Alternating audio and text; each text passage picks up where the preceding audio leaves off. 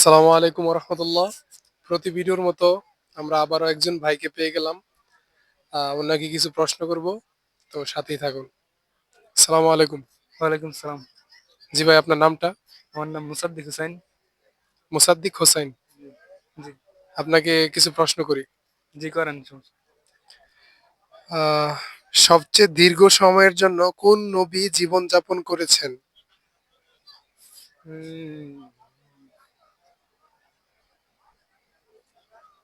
হযরত নূহ আলাইহিস সালাম। হযরত নূহ আলাইহিস সালাম। হ্যাঁ, উত্তরটি সঠিক। ইসলামের শেষ নবীর নাম কি? হযরত মুহাম্মদ সাল্লাল্লাহু আলাইহি সাল্লাম। যে এটা সবাই জানে।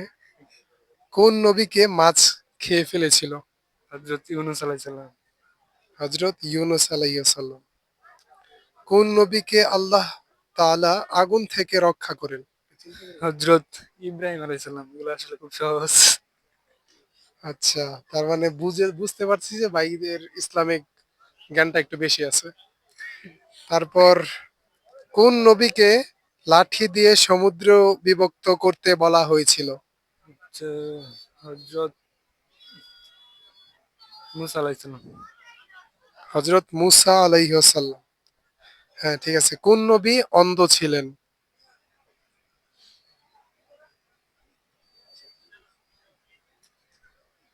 কোন নবী অন্ধ ছিলেন? পারি না। ওনার ছেলের নাম হযরত ইউসুফ আলাইহিস সালাম। হযরত ইয়াকুব আলাইহিস সালাম। ইয়েস, উত্তরটি সঠিক হয়েছে।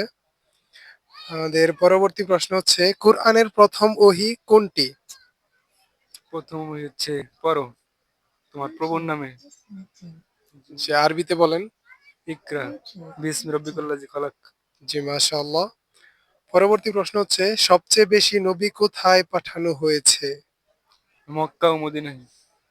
সবচেয়ে বেশি মদিনাতে নবী তো ইয়াতে ওই ফিলিস্তিনে পাঠানো হয়েছিল। জানি না। আচ্ছা, যাই হোক। ঠিক আছে, তাহলে ভাই আমরা আজকে এই পর্যন্তই প্রশ্ন করলাম ভাইকে। আমরা জানতে পারলাম ভাইয়ের ভালোই জ্ঞান আছে। তা ঠিক আছে।